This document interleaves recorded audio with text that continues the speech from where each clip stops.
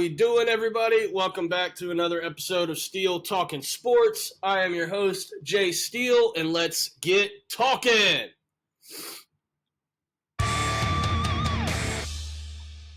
Hope everybody's having a wonderful day. It is cold as balls in North Carolina, if you did not know. There's no snow on the ground, but everything is frozen, and it absolutely sucks. So I'm not used to this in North Carolina. It's absolutely brutal. It's nothing like the fires in LA, but it's the complete opposite. It's cold as can be. I absolutely hate it. But you know what? We've got playoff football coming. Not only NFL football, but we've got two college football playoff games. The semifinals start tonight. So why don't we talk some college football before we talk pro football? How about it? Let's go. Welcome back. Had a 2-week hiatus. Work's been crazy. Been a little under the weather, I guess you could say. But hey, we're here. I'm on a 9-day hiatus from work, so I figured new year, new look. Cut the beard off. It was getting ugly.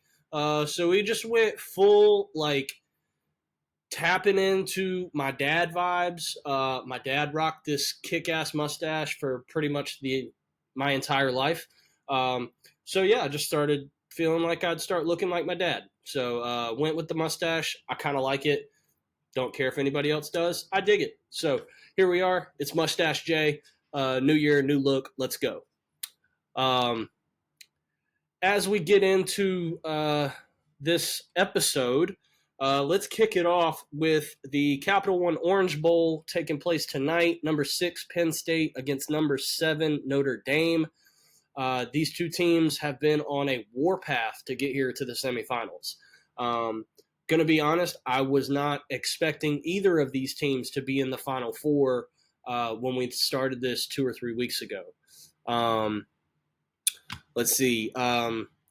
Penn State, after losing the Big Ten championship game to Oregon, 45-37, they stomped SMU 38-10. SMU had nothing for them in that game. I will say the first drive of the game, SMU had a 4th and 1 in the red zone of Penn State. And Kevin Jennings, the quarterback, was running for the first down. He saw a tight end flash open at the goal line. They missed that play on 4th and 1. And it all went south for SMU after that. So Penn State handled that game 38-10. And then they took on Boise State, and probably the Heisman should have been Ashton Jeanty, and they handled him well.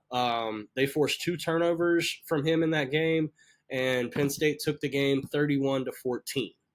On the other hand, we have Notre Dame, who was destroying Indiana in the first game, and they let Indiana sneak back into the game. The score ended up being 27-17, but it really wasn't that close. If you watch that game, it was ugly. I believe up until the last drive of the game, Curtis Rourke for Indiana only had 91 passing yards. So he had been held in check the entire game up until the last drive when they got, or maybe last 2 drives when they got 2 touchdowns. In the second game, Notre Dame beat Georgia. I knew they were going to win that game when Carson Beck was announced out. I just didn't think that Georgia had enough quarterback play to be able to survive that gauntlet. And then playing any team beyond that, I didn't think Georgia had it either. But Notre Dame handled that 23-10. That was an ugly game to start with. I want to say it was 3-3 or 6-3 at halftime. I mean, it was ugly. No, okay, it was 13-3, but no score in the first quarter. I believe it was 3-3 or 6-3 for quite a long time. That's right. Notre Dame did get a 13-yard touchdown with 6 seconds left in the first half. So that's what pushed it to 13-3. And then they got a kickoff return to start the third quarter, so they went up 20-3. That changed the game immediately for Notre Dame. So when it comes to this game tonight, 7:30 p.m. on ESPN, this line opened at Notre Dame -1.5. The total 44.5.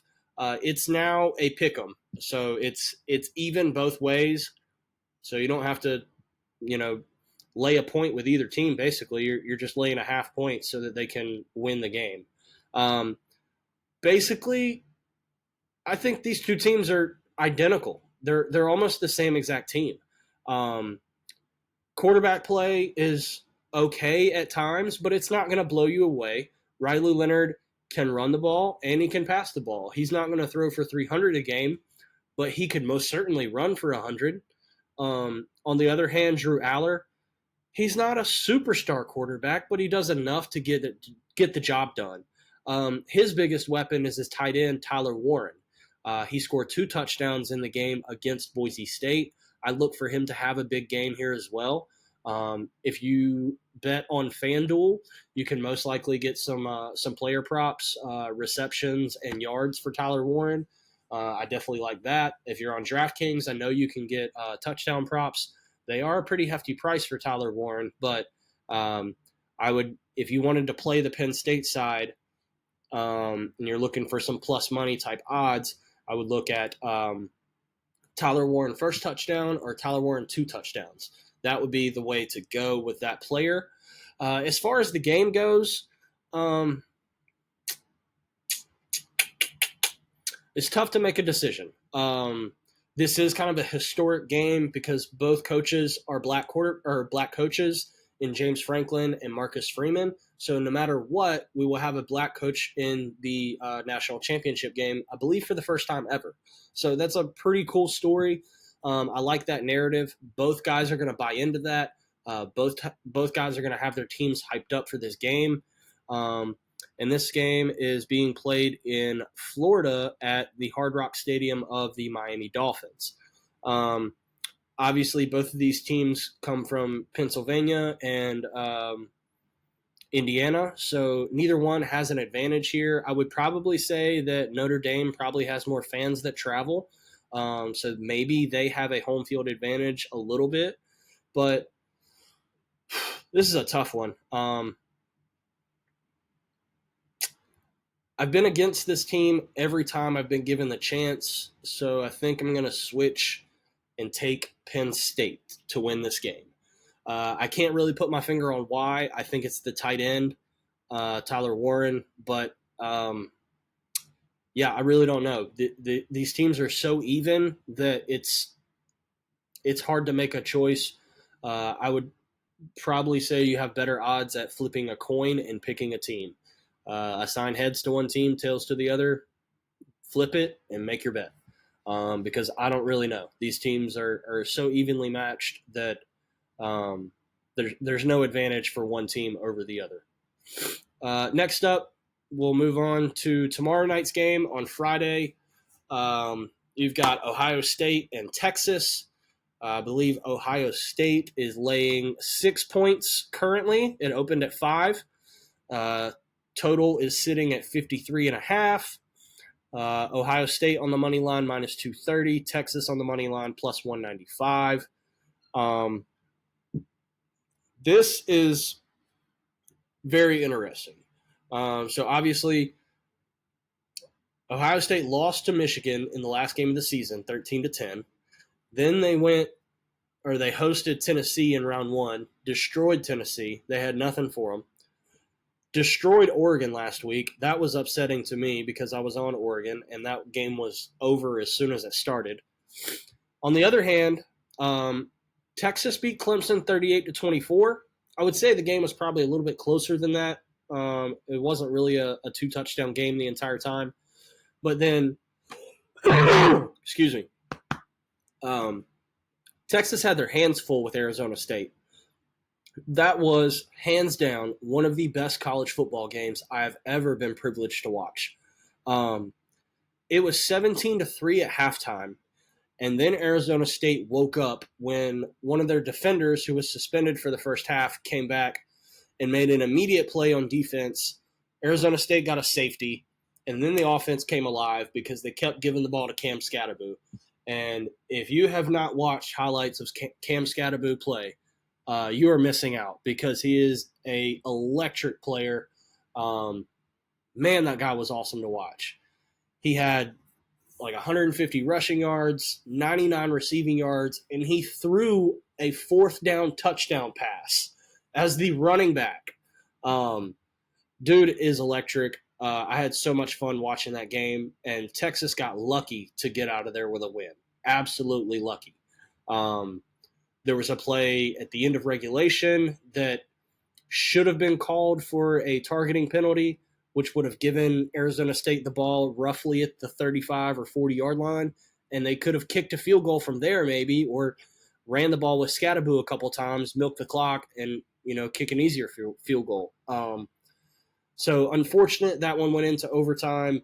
Arizona State got the lead. Then they had Texas on a 4th and 13, needed to make one stop to win the game. Texas completes a touchdown. First play in double OT, Texas scores. And after that, I knew that Arizona State was done. So what do we got in this game? Well, Texas has been tested twice, and Ohio State has not been tested at all. So based on that, I really like Texas because they've faced adversity in these playoffs. They also, both of these teams, well, I guess, let's see. Ohio State played on November 30th when they lost to Michigan. Texas played on December 7th when they lost to Georgia in the SEC final. So, it's been a little over a month since both teams have lost a game, but Texas has been tested twice in that time. And I think that bodes well for Steve Sarkisian and his team. I just think they've played more competitive games where they've had to show up, they've had to make plays on defense. When they've needed an offensive drive, they did it. On the other hand, Ohio State's kind of coasted through this so far, so they have not faced any adversity. They have not played a team up to their level yet. I really want to take Ohio State because they've been crushing teams, but I'm going to take the +6 with Texas, and I feel good about that. So, quick recap. 2 college football playoff games, Penn State and Texas. All right, moving on. And here we go. Now we got the big stuff, the NFL playoffs. I'm going to share the screen right quick just so I can show the NFL playoff bracket. That way everybody is up to date and aware of what's going on. Okay, here we go. So obviously, AFC, we got the Chiefs with the number 1 seed. They get the bye. The Lions get the number 1 seed. And the NFC, they get the bye. As you see right here, we'll play lowest remaining seed. So after every round of the playoffs, the lowest remaining seed will go play the highest remaining seed. And that reseeding happens each round. So let's say, for instance, that the Broncos find a way to beat the Bills. The Broncos will go to Kansas City. However, if the Bills win that game and the Steelers somehow beat the Ravens, the Steelers will go to Kansas City. So you understand. First up, over here on the AFC bracket, we've got the 4-seed Texans hosting the 5-seed LA Chargers. LA is favored as a -3 favorite on the road. Number 3 Ravens. Wait, hold on. Is that right?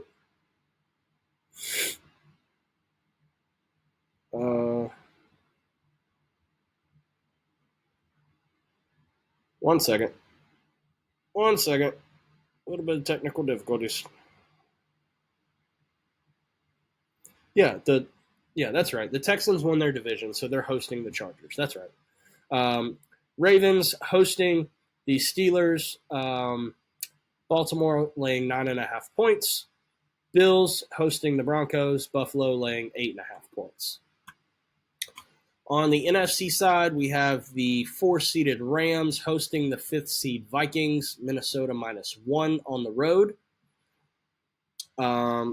Tampa hosting the Washington Commanders. Tampa -3. And then the Eagles are hosting the Packers, Philadelphia -4.5. And again, that is a rematch of the first game of the year. So that is a interesting matchup that we have there that we've already seen at one point in this season. So how that shakes out will be quite interesting. So let's hop right into it. In our first game, we have, stop sharing this. You guys don't need to see the bracket any longer. First matchup, 4:30 p.m. Saturday on CBS. Chargers go into Houston. Like I said, Chargers are laying 3 points. -3 for the LA Chargers. 42.5 is the total. -155 on the money line for LA. +135 on the money line for Houston. Let's see. Any notable injuries? Just Joshua Palmer, wide receiver for the Chargers. Looks like J.K. Dobbins is questionable, but he played last week. I would assume that's just precautionary for him. LA comes in with an 11-6 record. Houston comes in 10-7. This is very interesting. Houston on the season, 372 points scored, 372 points allowed. It's not very good. On the other hand, LA, 402 points scored, 301 points allowed. Right there, I can tell you that LA has a better defense. They allowed 70 less points on the season compared to Houston. When we look, I'm going to go over to Pro Football Reference and look at a few stats. That's where I gather most of my stats for the NFL. Away record on the season: LA 6-3, Houston 5-4 at home. Record versus the spread: so ATS, LA Chargers 12-4-1, Houston 7-9-1. Points scored per game: LA is 11th, Houston 19th. Points allowed per game: LA first at 17.7, and Houston 14th at 21.9. LA also leads in the takeaway differential. Pass yards per game, rush yards per game are pretty even. And their defenses, based on yards per game allowed, are about the same. 7th and 6th, and then 14th and 11th. So very much similar defenses, but like I said just a moment ago, LA has allowed 71 less points compared to Houston on the season.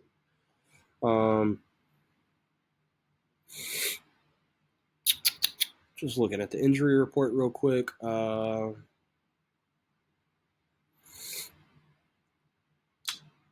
Does say Nico Collins, limited practice, just rest. Yeah, no other injury news besides that. Yeah, I don't think I need to spend a lot of time on this. Chargers -3.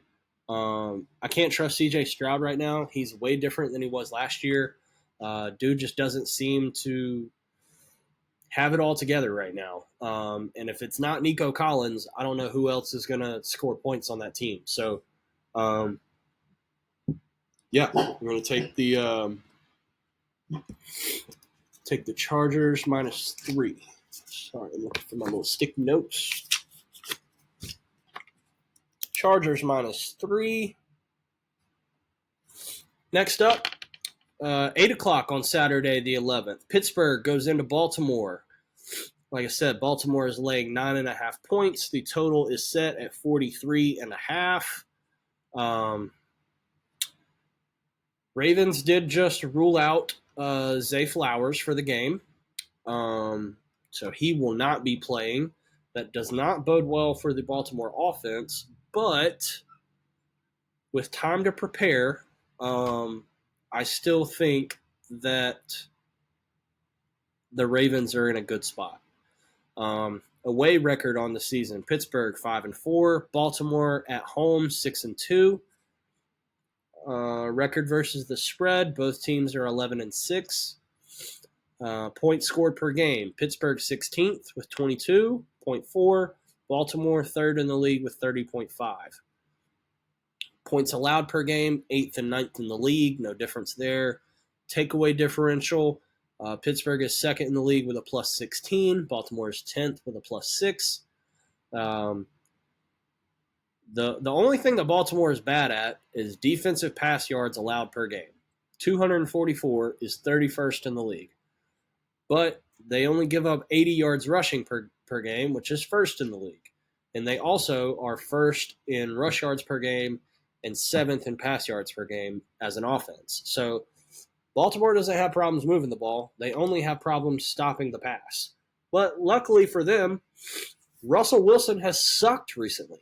So I don't know. I don't think there's a lot of positives to look at the Pittsburgh offense and think that they've got a chance to win this game. The last time they won a game was December 8th against Cleveland, 27-14.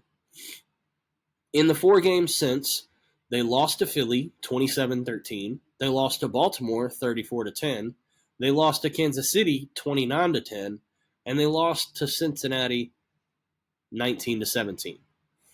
So their highest point total in a month has been 17 points. You cannot play Baltimore and beat Baltimore with that kind of offense. In the corresponding 4 games for Baltimore, they've scored 35, 34, 31, and 35, and they've won all 4 of those games. What are we missing here? Baltimore's going to score 30 points. Pittsburgh is not. Baltimore wins by 10. Easy enough.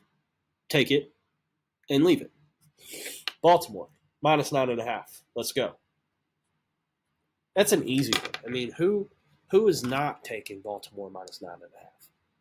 I get it. It's Mike Tomlin. But Mike Tomlin is not Mike Tomlin this year. Where he was when they were 10-3, not now when they're 10-7. All right, moving on to Sunday, January 12th at 1 p.m. We have the Denver Broncos on the road to the Buffalo Bills. Broncos coming in 10-7, 4-5 on the road. Buffalo 13-4 with a perfect 8-0 home record. Any injuries? Nobody of significance. Let's see. Both teams are 3-5 or 3-2 in their last 5 games. Buffalo obviously phoned it in last week against the Patriots. They had already won the division. They couldn't get the 1 seed, so it didn't really matter. And same goes for the Broncos on the other side.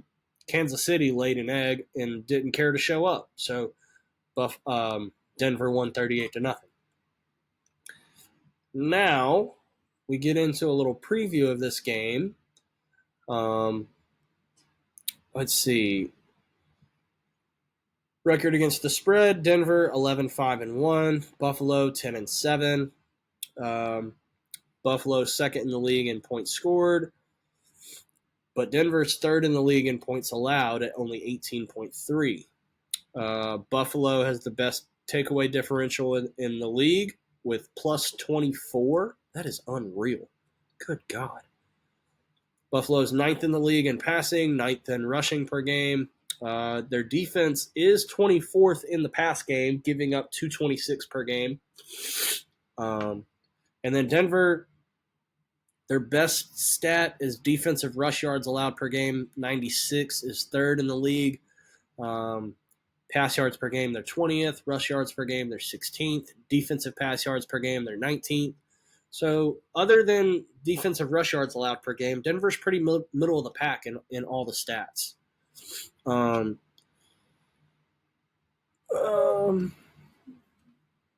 Man, as far as this game goes, I just don't see how the Broncos can keep up with Buffalo. I know they play a really good defense, but this is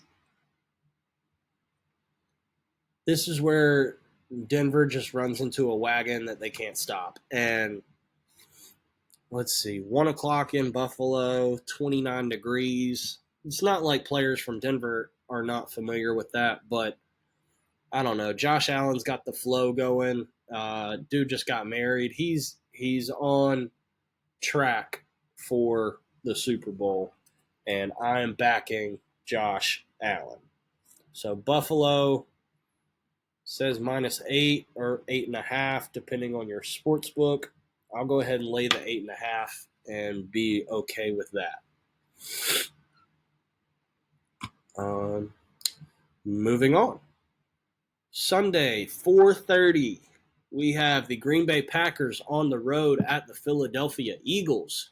Packers coming in with an 11-6 record, 5-3 on the road. Philadelphia 14-3 overall with a 8-1 home record.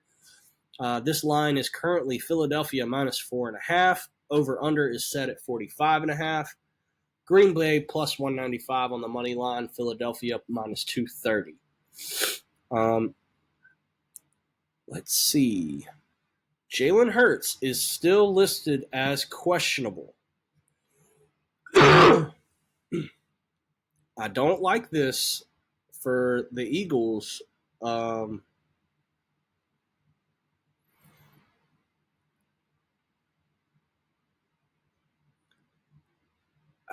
don't know if they're just trying to keep this a secret or if he is like still seriously concussed. I don't know what to make of this.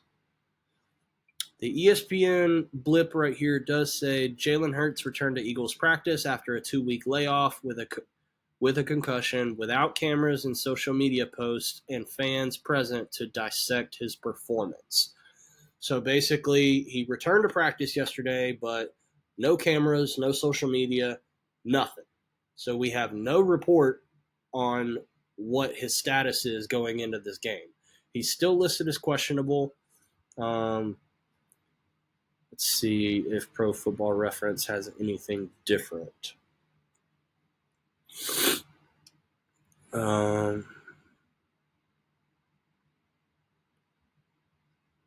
So this is from last week. It's not current. Yeah, these are all updated on January 2nd, so it's last week.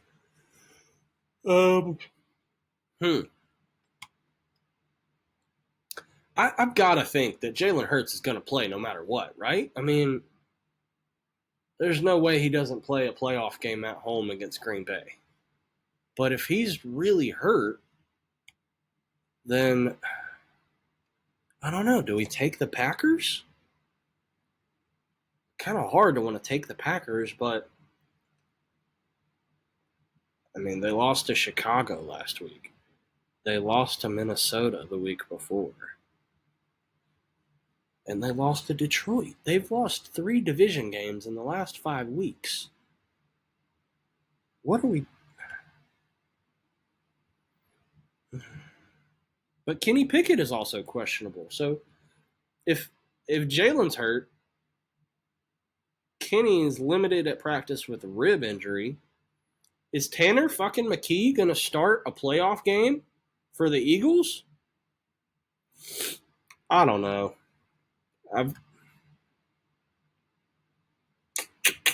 know what? I can't take the Eagles because they're a division rival, so we've got to take Green Bay plus the 4.5. I don't like it. It stinks. It smells. Philly probably wins by 10, but you know what? Screw it. They're a division foe, so just gonna ride the hate Eagles train, I guess. Moving on, the Sunday night finale, 8 o'clock on NBC. Washington Commanders on the road at the Tampa Bay Buccaneers. Tampa is laying 3 points. Over-under is set at 50.5 points. Washington +140 on the money line. Tampa Bay -165.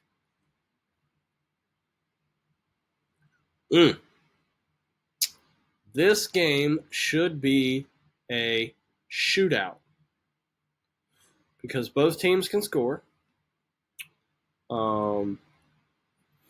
Let's see. On the season, Washington points for 485, points allowed 391. Tampa points for 502. Points allowed, 385.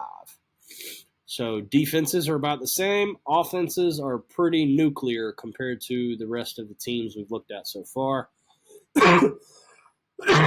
Sorry. Feeling a little under the weather here. I don't know what to make of this game. This game's just going to be a shootout. I think I'm just going to take the over 50.5. But if I'm going to pick a game or pick a team, I'm going to stick with the same method. I can't take Washington because they're a division foe. And I don't know about you guys, but I've loved watching Baker Mayfield play this year. If he was the Cowboys quarterback, I would be jumping for fucking joy right now. The dude is so fun to watch. He's not – let me be very clear. Baker is not a running threat quarterback. But if you watch him play, he is determined to get a first down. He will go tuck up head-to-head with a linebacker and does not care about personal injury. I love that dude. He is so fun to watch, and his teammates absolutely love him. Like, there's not a single Buccaneer that will tell you that Baker Mayfield is not that dude. So, I don't know. I love watching Baker play. He's an exciting player to watch. Even when he makes bad throws, I'm like, oh, man, he just missed it. So, yeah, I'm betting the over 50.5, but I'm going to take Tampa Bay -3.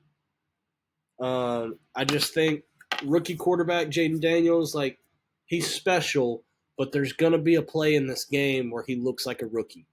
And, you know, whether it's the first quarter or the fourth quarter, there's going to come a time where he's going to make a mistake, or maybe not even a mistake. He just, you know, overthrows a guy and it goes out of bounds on an important third down. Or he misses a wide open receiver in his, you know, scanning of the defense and throws it to somebody else that doesn't get a first down when they really needed that drive. Something will happen where it's like he could have made a better decision.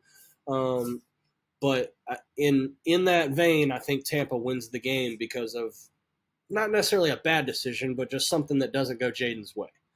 So that's my take on that. Tampa Bay -3. Last up, we have the Minnesota Vikings on the road with a 14-3 record. On the road at the LA Rams, who are 10-7. Minnesota opened as a 2.5-point favorite. This is now down to 1. Very interesting. Total is set at 47.5. Minnesota on the money line -115. LA Rams -105. Let's see. Minnesota points for 432. Points allowed 332. LA points for 367. Points allowed 386. How do you win your division when you scored less points than you allowed? That is actually impressive. Very impressive. Injury report. Looks like you got 2 guys questionable in the defense for Minnesota, and then an offensive tackle that is out on IR. For the Rams, looks like Blake Corum is on IR. And then offensive tackle and a tight end are questionable, but not names that warrant, you know, talking about. Vikings obviously just lost to Detroit in that heartbreaker. Rams lost to Seattle in Week 18. Before that, both teams had won 4 in a row. And really, like, the Rams had won their last 3 without scoring 20 points. Remember, they beat Buffalo on December 8th in that barn burner, 44-42. They beat San Francisco with no touchdown, 12-6. They beat the Jets 19-9, and then they beat Arizona 13-9. Sorry. God, I can't get rid of this cough. So the Rams defense has been pretty fucking awesome the past. Well, if you disregard the Buffalo game and you disregard Week 18 where they didn't need it,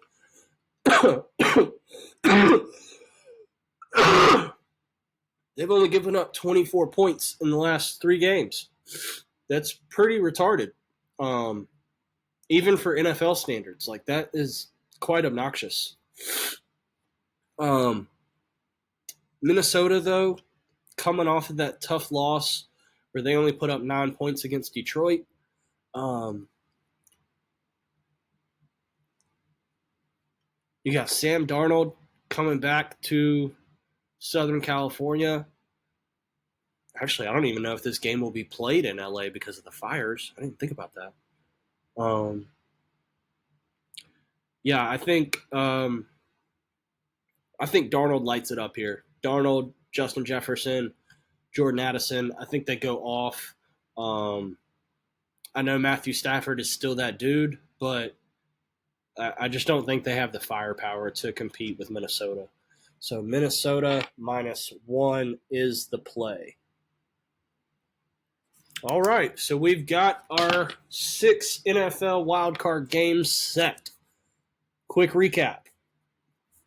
LA Chargers -3. Baltimore -9.5. Buffalo -8.5. Green Bay +4.5. Tampa -3. And Minnesota -1. All right, folks, that wraps up this week's episode. Short and sweet because there's less games on the slate, so you don't have to listen to my voice for as long this week. Thank you to anyone who tunes in. Please leave me a like, comment, and or subscribe. I very much appreciate it.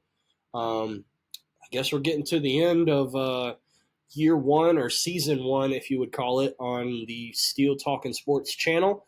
Appreciate anybody who's listened to my voice for any of the episodes this year.